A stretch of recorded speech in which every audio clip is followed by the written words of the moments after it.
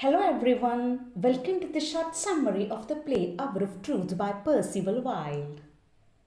The Hour of Truth is a one-act play. It is a powerful psychological study of the corrupting influence of money on people. The play leaves a positive note when the bad get punished and the good gets rewarded. The central character of the play, Mr. Robert Baldwin, he is working as a secretary of the bank. Mr. Robert Baldwin represents an everyday American man who works for a living. His salary is not as good as he wished to support his family. His family represents the typical American family with its views on morality and a hope for the American dream. The other characters in this play are Martha, Robert Baldwin's wife, Joan, his son, Evie, his daughter, Mr. Marshall, the president of the Third National Bank, John Grisham, the president of the bank where Mr. Robert Baldwin was working, and a maid. The scene is set at Robert Baldwin's cottage, and it is Sunday afternoon. Robert Baldwin has gone outside. His wife and children are anxiously waiting for his arrival. The sky is so dark. The family is expecting that it will rain and they don't know whether Baldwin would take his umbrella or not. While the family is waiting for Robert Baldwin's arrival, they are talking themselves about John Grisham, on whose bank Mr. Baldwin worked. Now, due to the financial crisis, the bank was closed and John Grisham is found guilty for that and he is in jail. From their talk, it is evident that John Grisham's trial is on the next day. And John Baldwin is giving evidence against him. But John Grisham calls him that day. And they are anxiously waiting to know why Mr. Baldwin was called for. Evie has a doubt whether Robert Baldwin has involved in wrecking of the bank, because every newspaper is mentioning about it. And Robert Baldwin does not say anything against these matters. Martha tells that the newspaper is unfair to Robert Baldwin and John Grisham.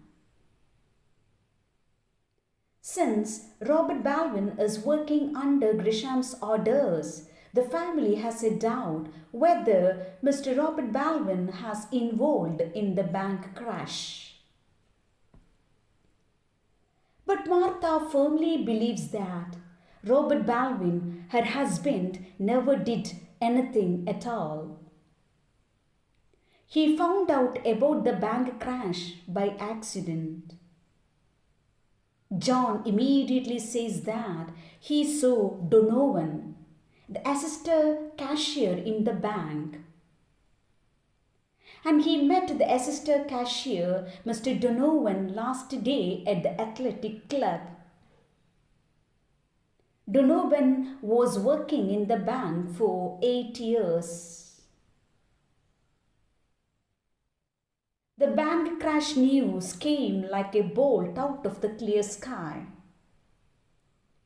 John has a suspicion that his father must have known about it because he is the only witness against John Grisham.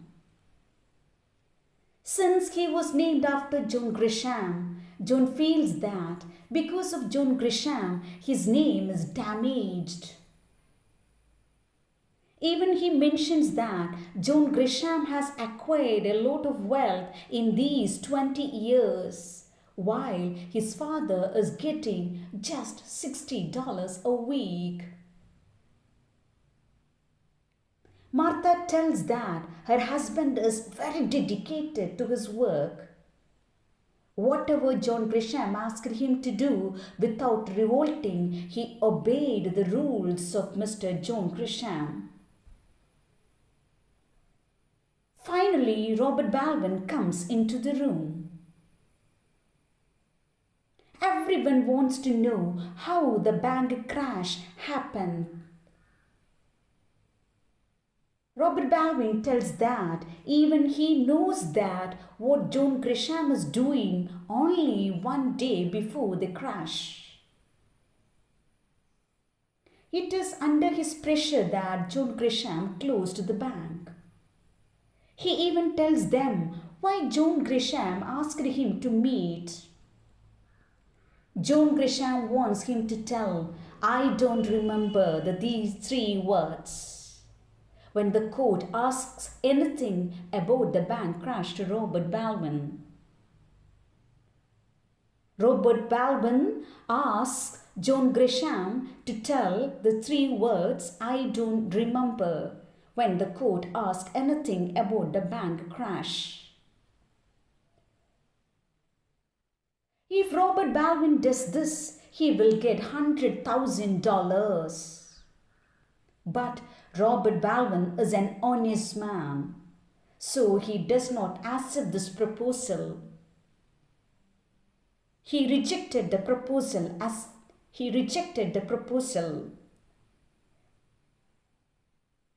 But when the whole family hears about the money, their mind begins to change. They begin to convince John Grisham. Martha wants to know whether the depositors would lose any money in the bank. Robert Baldwin replies that no one will lose anything from the bank.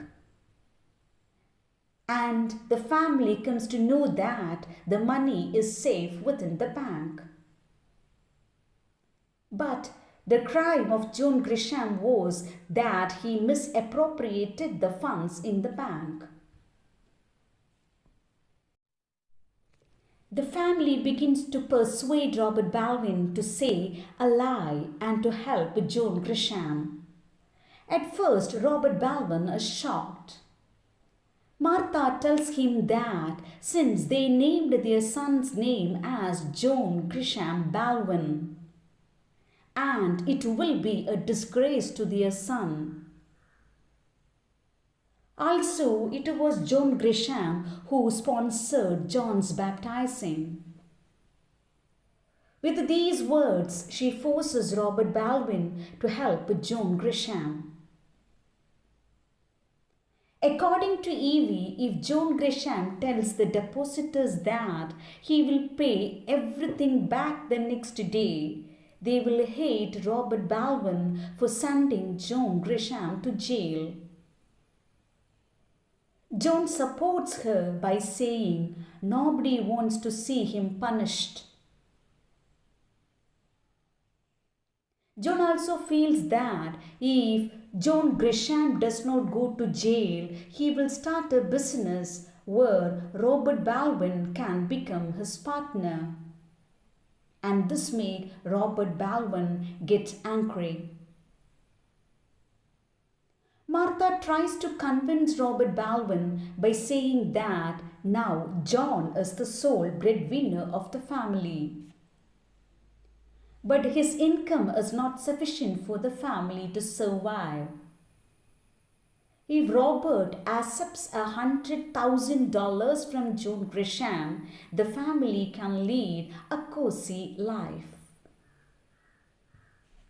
Robert Baldwin never thinks that his family will change after hearing the amount which John Grisham will pay if Robert Baldwin says, "I don't remember," in the court.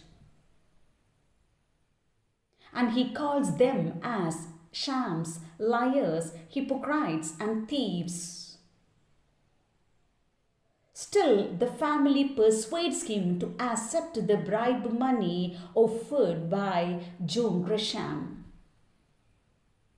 By this time, Mr. Marshall, the president of the Third National Bank, arrives in the home.